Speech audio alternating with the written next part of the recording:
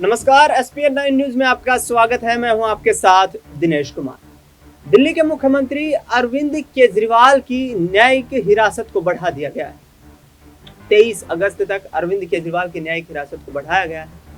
दिल्ली शराब नीति घोटाला मामले में अरविंद केजरीवाल को 21 मार्च 2024 को ईडी ने उनके सरकारी आवास से 10वां समन जारी करते हुए गिरफ्तार कर लिया था।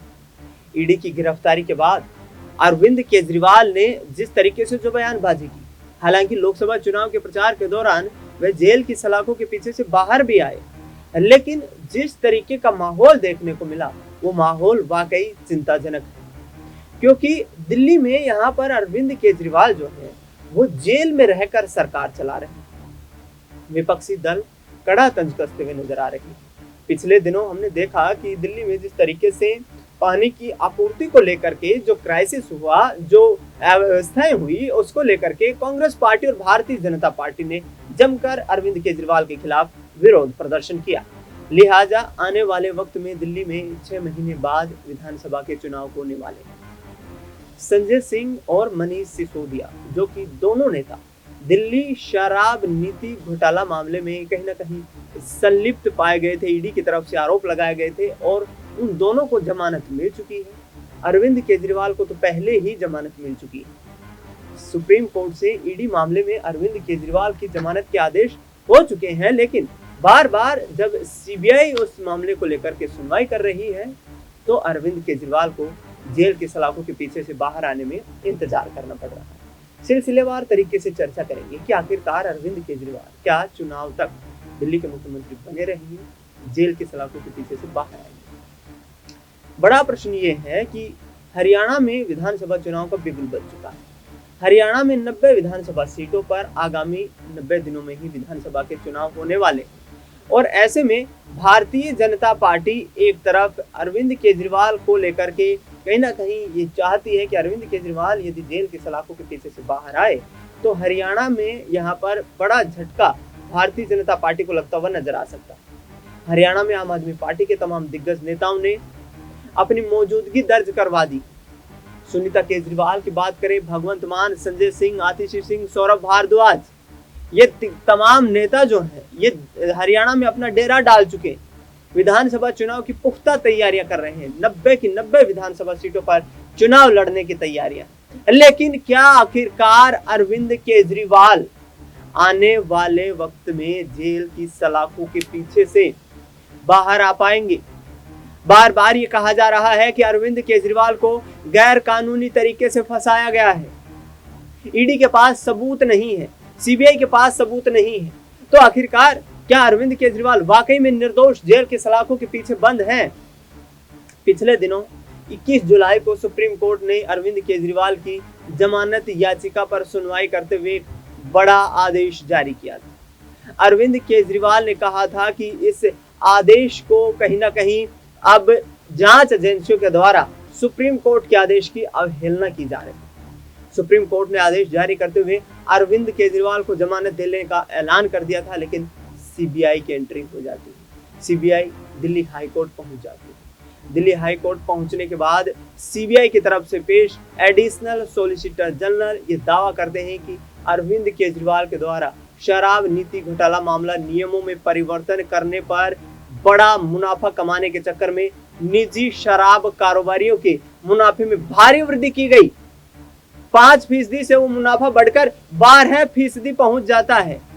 लेकिन ऐसे में क्या अरविंद केजरीवाल को अब जेल की सलाखों के पीछे से बाहर आने में कोई राहत मिलती हुई नजर आएगी? बड़ा प्रश्न खड़ा हो रहा है। आखिरकार सीबीआई के पास क्या वो तमाम सबूत मौजूद हैं जिनके आधार पर सीबीआई अरविंद केजरीवाल को गिरफ्तार करके और जेल की सलाखों के पीछे तक पहुंचाने में कामयाब हुई है? 16 अगस्त से मनीष सिसोदिया की यहाँ पर पद यात्रा शुरू होने वाली है। उस पद यात्रा को लेकर के भारतीय जनता पार्टी ने पहले ही बयानबाजी कर दी है कि यहाँ पर सिर्फ दिल्ली के लोगों की यहाँ पर बेरोजगारी का मजाक उड़ाया जा रहा है। उनको मुफ्त की कुछ सुविधाएं देकर मुफ्त भोगी बनाती हुई अरविंद केजरीवाल की सरकार नजर आ रही है। दिल्ली के विकास को लेकर के अरविंद केजरीवाल का कोई एजेंडा नहीं।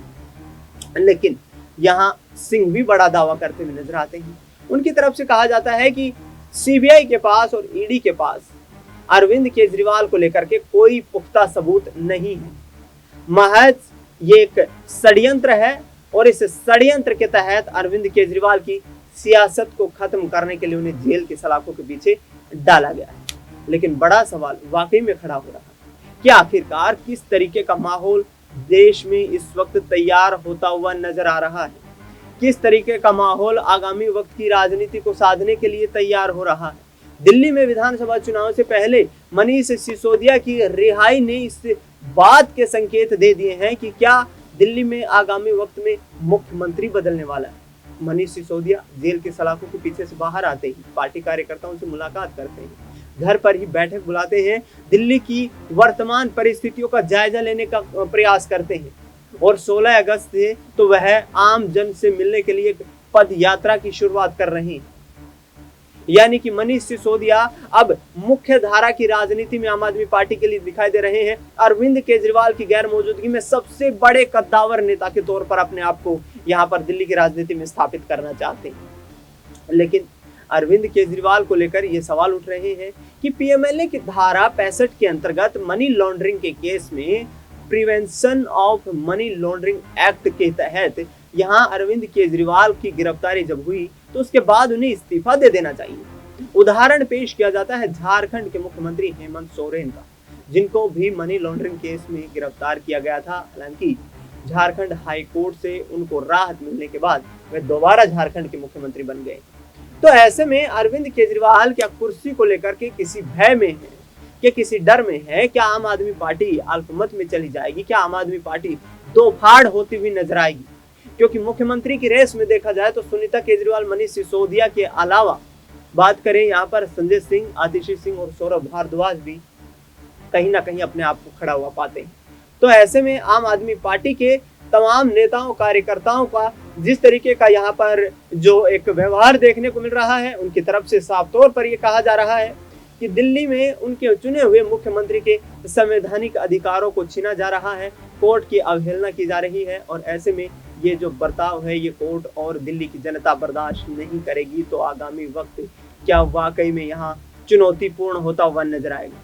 क्या वाकई में अब अरविंद केजरीवाल सीएम की कुर्सी छोड़ते हुए नजर आएंगे? क्योंकि ईडी की तरफ से जो कोर्ट में सवाल उठाया गया तो सुप्रीम कोर्ट की सुनवाई बेंच ने आदेश जारी करते हुए कहा कि अरविंद केजरीवाल चुने हुए मुख्यमंत्री हैं, वे मुख्यमंत्री रहते हैं या इस पद से त्याग देते हैं, वो उनका निजी फैसला है, इसमें कोर्ट कोई दखल अंदाजी नहीं कर सकता है। तो अरविंद केजरीवाल को लेकर के जिस तरीके की लगातार बयानबाजी हो रही है और मनीष सिसोदिया अरविंद केजरीवाल के सबसे विश्वसनीय नेता, वो भी अब कहीं ना कहीं जेल की सलाखों के पीछे से बाहर आकर अपने आप को यहाँ पर दिल्ली के मुख्यमंत्री के रूप में प्रोजेक्ट कर सकते हैं। आम आदमी पार्टी में एक नए राजनीतिक युग की शुरुआत हो सकती है। फिलहाल इस खास कार्यक्रम में इतना ही। देश दुनिया की तमाम बड़ी खबरों के लिए आप देखते रहिए SPN9।